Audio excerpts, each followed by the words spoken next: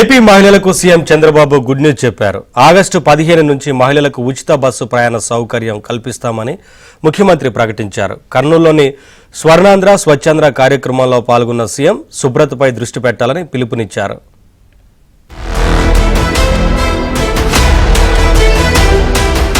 AP CM Chandrababu కర్నూలులో పర్యటించారు. ఈ సందర్భంగా సి క్యాంప్ రైతు బజార్లో ఏర్పాటు చేసిన స్వర్ణాంధ్ర స్వచ్ఛాంధ్ర కార్యక్రమంలో పాల్గొన్నారు.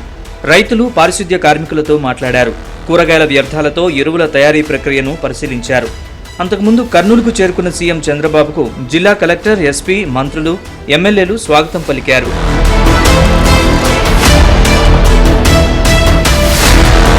మహిళలకు ఉచిత బస్సు ప్రయాణంపై కర్నూలు పర్యటనలో సీఎం చంద్రబాబు కీలక ప్రకటన చేశారు.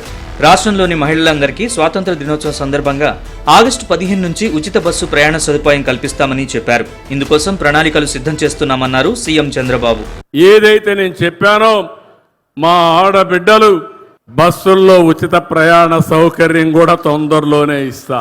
అవసరమైతే ఆగస్టు 15న స్వాతంత్ర దినోత్సవాన తప్పకుండా మా ఆడబిడ్డలు అప్పటి నుంచి ఉచిత ప్రయాణ సౌకర్యం ఏర్పాటు చేసే బాధ్యత ఈ ప్రభుత్వానిది. ఇదిలా ఉంటే రైతన్నలకు కూడా చంద్రబాబు శుభవార్త చెప్పారు. రైతులకు కేంద్రం ఇచ్చే 6,000కు అదనంగా 8,000 జత చేసి మొత్తం 14,000 రూపాయలు అకౌంట్లలో వేస్తామన్నారు. అలాగే వచ్చే విద్యా సంవత్సరం నుంచి తల్లికి వందనం కార్యక్రమాన్ని కూడా అమలు చేస్తామన్నారు. ఇంట్లో ఎంతమంది పిల్లలుంటే అంతమందికి ఈ పథకం వర్తిస్తుందని సీఎం చంద్రబాబు తెలిపారు. మరోవైపు తాను అధికారంలోకి వచ్చాక రాయలసీమలో ఫ్యాక్షన్ రాజకీయాలు లేకుండా చేశానని చంద్రబాబు స్పష్టం చేశారు. రాయలసీమలో ఒకప్పుడు ఫ్యాక్షన్ పాలిటిక్స్ ఉండేది, గుర్తుందా? నేనే ఫ్యాక్షన్స్ ని తుదముట్టించా, వీళ్లతో కూడా పెక్కలించా. ఈరోజు ఏ గ్రామంలో కూడా ఫ్యాక్షన్స్ లేవంటే దానికి కారణం తెలుగుదేశం ప్రభుత్వం. అవునా కాదా అని మిమ్మల్ని అడుగుతున్నా. దానివల్ల అభివృద్ధి సాధ్యమైంది. ఒకప్పుడు అభివృద్ధి రాయలసీమ అంటే అందరూ భయపడిపోయేవాళ్ళు. గ్రామాలు ఫ్యాక్షన్ రాజకీయాలతో, ఫ్యాక్షనిజంతో పూర్తిగా నిర్వీర్యమైపోయి మన వాళ్ళు ఎగతాళి చేసేట్టుగా సినిమాల్లో తీసేవాళ్ళు. ఈరోజు అలాంటి రాయలసీమ వేరే జిల్లాల కంటే బ్రహ్మాండంగా అభివృద్ధి చేసే బాధ్యత ఈ ఎన్డీఏ ప్రభుత్వం తీసుకుంటున్నామని చెప్పి కూడా నేను మీకు తెలియజేస్తున్నా. ప్రపంచం మెచ్చుకునేలా విశాఖలో యోగా డేను నిర్వహించబోతున్నామని, ఆ కార్యక్రమానికి ప్రధాని నరేంద్ర మోదీ కూడా రాబోతున్నారని సీఎం చంద్రబాబు తెలిపారు. యోగా డేను 4 రోజుల పాటు నిర్వహిస్తామని చెప్పారు. ప్రజలకు ఆఫ్లైన్, ఆన్లైన్లో యోగా శిక్షణ ఇస్తామన్నారు.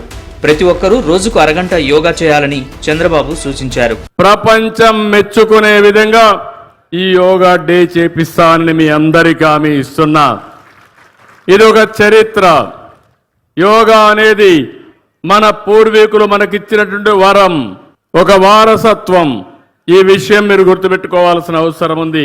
ప్రతిరోజు ఒక అర్ధ గంట 45 నిమిషాలు మీరు యోగా చేస్తే అన్ని రోగాలు పటాపంచలైపోతాయని చెప్పి కూడా నేను మీకు అందరికీ విజ్ఞప్తి చేస్తున్నా. హాస్పిటల్ పోయే పని ఉండదు.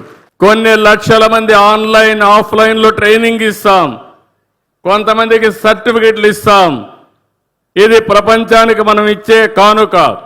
ఆ సమయంలో దానివల్ల లాభం మనం పొందాల్సిన అవసరం ఉంది.